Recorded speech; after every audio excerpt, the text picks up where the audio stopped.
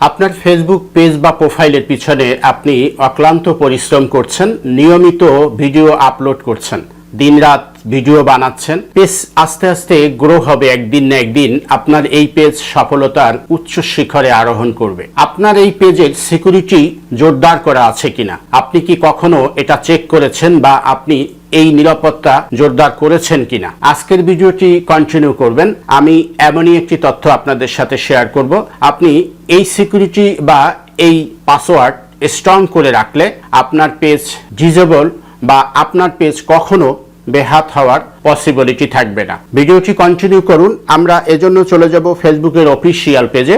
আমরা এখানে প্রবেশ করার পর এই 3 ডট আইকনে ক্লিক করব। এখান থেকে আমরা সেটিংসে প্রবেশ করব। সেটিংস অ্যান্ড প্রাইভেসিতে ক্লিক করব। ক্লিক করার পর আমরা সেটিংসে প্রবেশ করব। সেটিংসে প্রবেশ করার পর আমাদের এই অ্যাকাউন্ট সেন্টার বা মোর এখান থেকে পার্সোনাল ডিটেলসে ক্লিক করব। এখানে ক্লিক করার পর আপনি একটু স্ক্রল করে নিচের দিকে চলে আসবেন। এখান থেকে দেখবেন পাসওয়ার্ড অ্যান্ড সিকিউরিটি নামে একটি অপশন আছে, এই অপশনটিতে ক্লিক করবেন। এখানে ক্লিক করার পর আপনি দেখতে পাচ্ছেন দ্বিতীয় স্টেপে একটি 2 ফ্যাক্টর অথেন্টিকেশন। আপনি এই অপশনে ক্লিক করবেন। অপশনটিতে ক্লিক করার পর আপনাকে এখানে আমার ইনস্টাগ্রাম এবং ফেসবুক এই অ্যাকাউন্টের কোন অ্যাকাউন্টকে আমি ইনশিওর করব, এখানে সিকিউরিটি বা নিরাপত্তার কোডে আটকাবো বা বদ্ধ করব। এজন্য আপনি যেটা করবেন সেটাকে ক্লিক করে আপনি এখান থেকে ক্লিক করব। আমি যেমন এই ফেসবুক আইডিতে ক্লিক করব।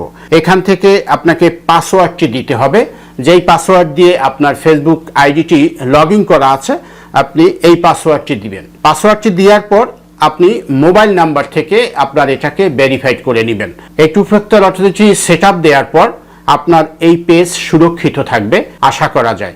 আপনি এটিকে করে রাখলে ভবিষ্যতের জন্য আপনার অনেক অংশে উপকৃত হতে পারবেন।